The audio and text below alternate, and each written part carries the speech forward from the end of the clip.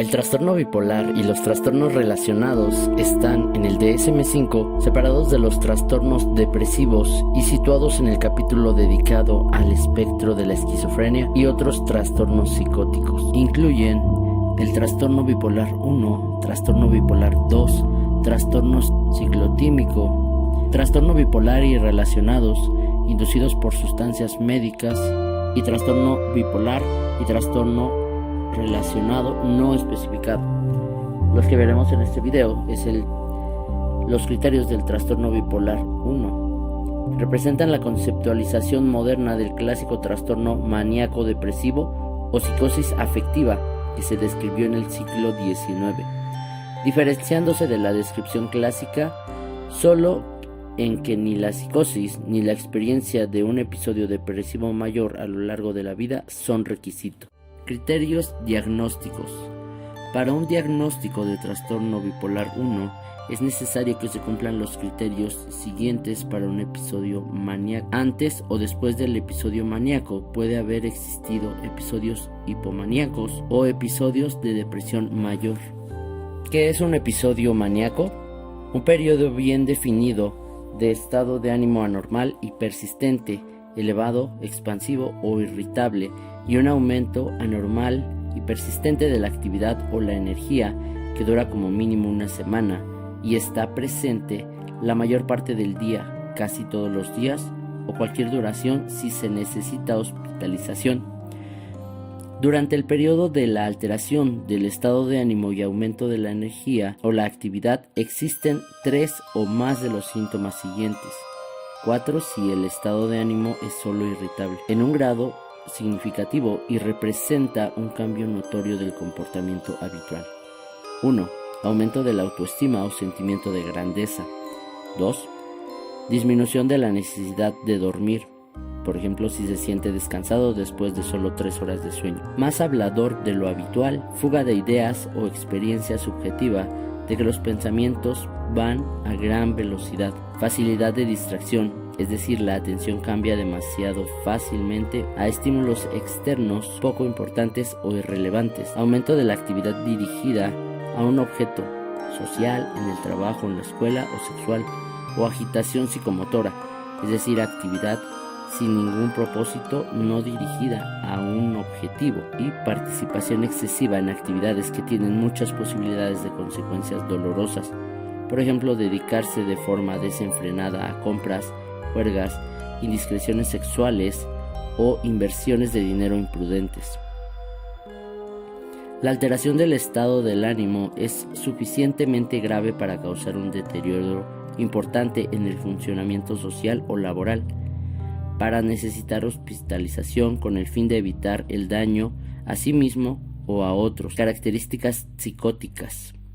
El episodio no se puede atribuir a los efectos psicológicos de una sustancia, por ejemplo, una droga, un medicamento o otro tratamiento, o a otra afección médica.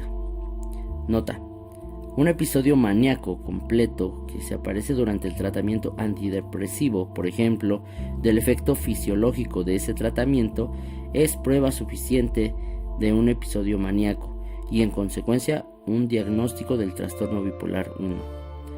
Nota: los criterios A y D constituyen un episodio maníaco. Se necesita al menos un episodio maníaco a lo largo de la vida para el diagnóstico del trastorno bipolar 1.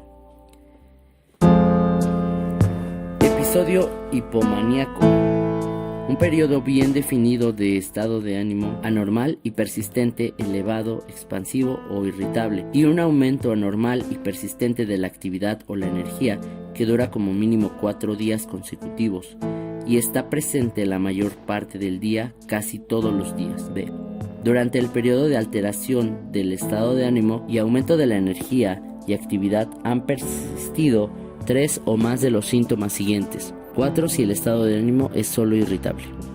Representan un cambio notorio del comportamiento habitual y han estado presentes en un grado significativo. Aumento de la autoestima o sentimiento de grandeza, disminución de la necesidad de dormir, más hablador de lo habitual, opresión para mantener la conversación, fuga de ideas o experiencia subjetiva de que los pensamientos van a gran velocidad, facilidad de distracción, es decir, la atención cambia demasiado fácil según se informa o se observa, aumento en la actividad dirigida a un objeto o agitación psicomotora, participación excesiva en actividades que tienen muchas posibilidades de consecuencias dolorosas. C. El episodio se asocia a un cambio inequívoco del funcionamiento que no es característico del individuo cuando no presenta síntomas.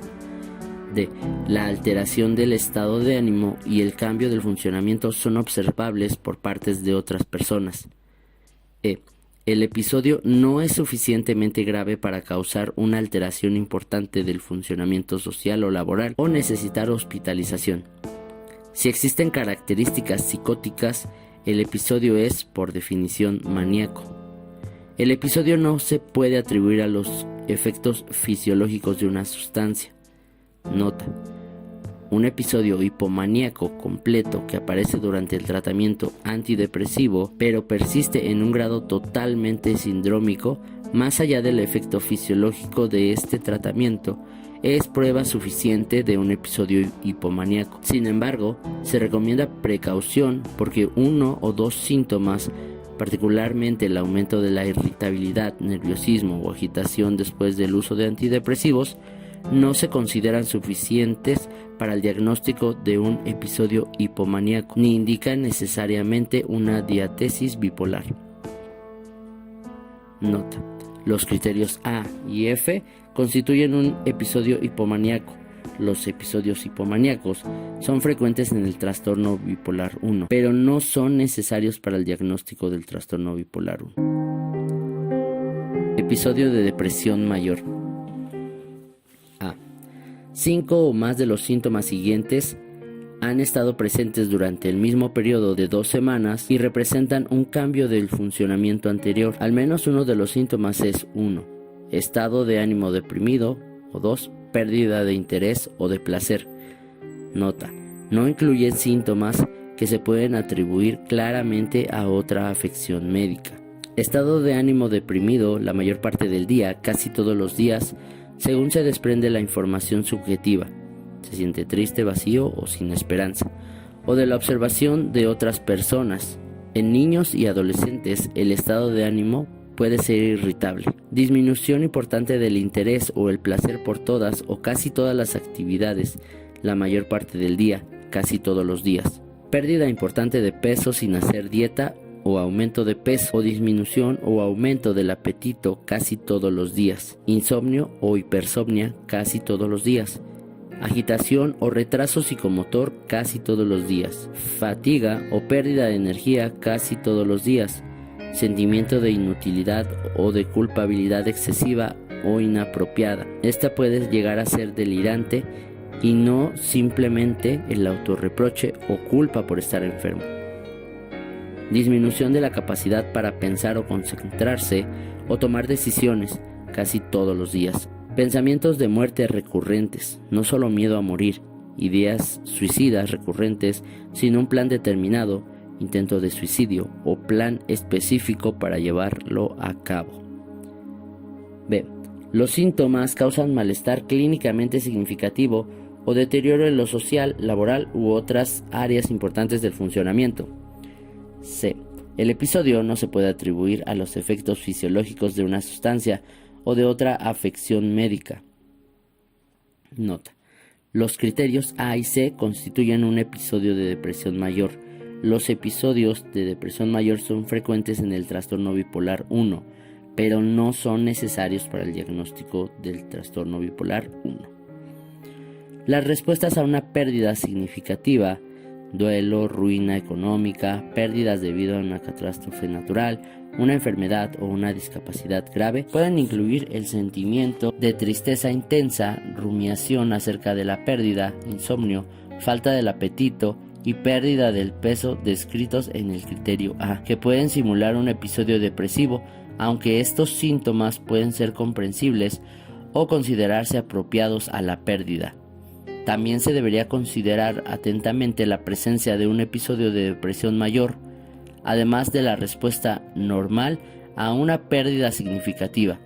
Esta decisión requiere inevitablemente el criterio clínico basado en la historia del individuo y en las normas culturales para la expresión del malestar en el contexto de la pérdida.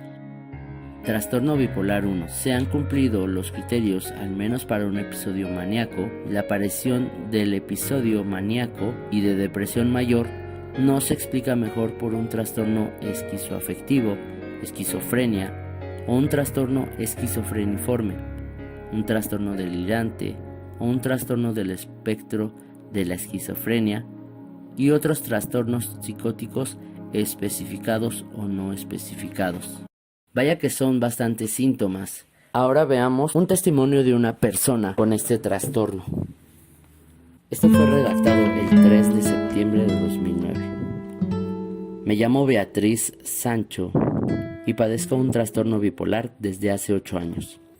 Siempre pensé que contar mi historia y la evolución favorable de mi enfermedad podría beneficiar a otras personas con enfermedad mental a la par que dotar de luz a un trastorno prácticamente desconocido, que como todas las enfermedades mentales, provoca unos prejuicios y unos temores intolerables a estas alturas. Cuando me propusieron escribir en primera persona, comprendí que era el momento de responsabilizarme y utilizar mi profesión para dar voz a todos aquellos que luchamos cada día por conquistar una estabilidad que se resiste, pero que es posible. Con una autoestima lacerada, emprendo este reto periodístico y para el que, tras un inmenso esfuerzo, estoy capacitado. Me gusta definir el trastorno bipolar como un vaivén anímico hacia arriba y hacia abajo, una fluctuación entre alegría extrema y depresión insondable, salpicado de fases intermedias que se repiten una y otra vez. Para mí, el trastorno bipolar se ha convertido en una forma de vida, una toma de conciencia plena de la enfermedad que me hace estar alerta cada día. La toma de medicación, ir cada semana al grupo de psicoterapia, evitar situaciones estresantes, llevar una vida lo más ordenada posible e intentar cuidarme del afecto de las personas que me rodean para que sus ojos me adviertan de lo que no veo cuando pierdo lucidez.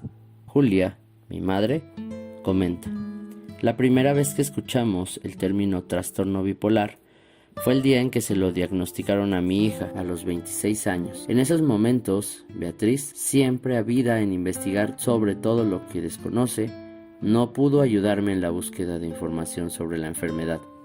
Pasaba por la euforia o manía más grande que jamás había atravesado. Hoy sé que una manía es la elevación patológica del estado del ánimo, un aumento de la sociabilidad y del gasto económico, locuacidad, aceleración del pensamiento.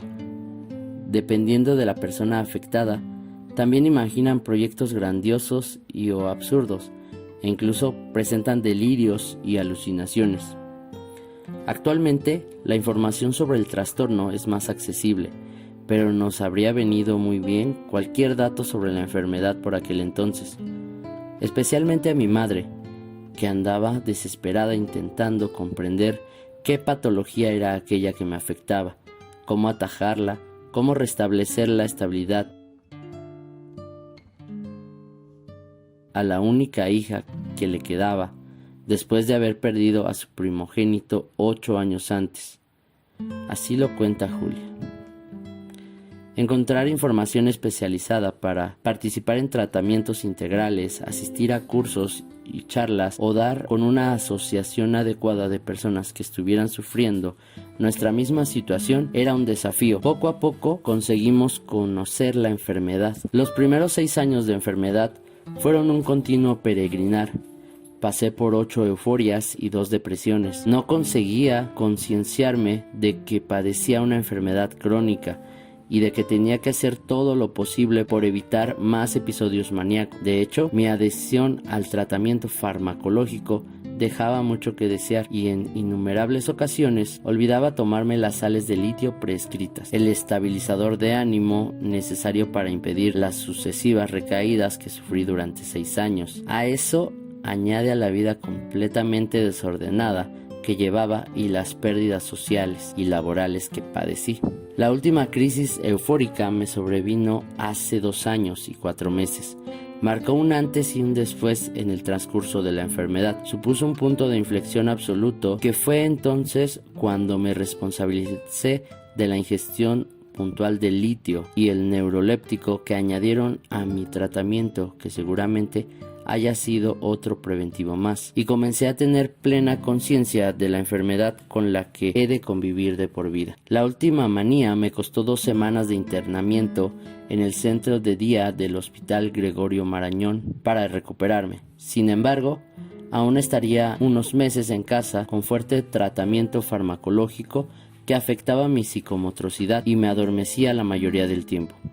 Aquellos eran momentos depresivos en los que quizá fuera mejor que nadie viera verme, aunque sentía la necesidad de recibir visitas. Mi novio venía a verme día sí y día también.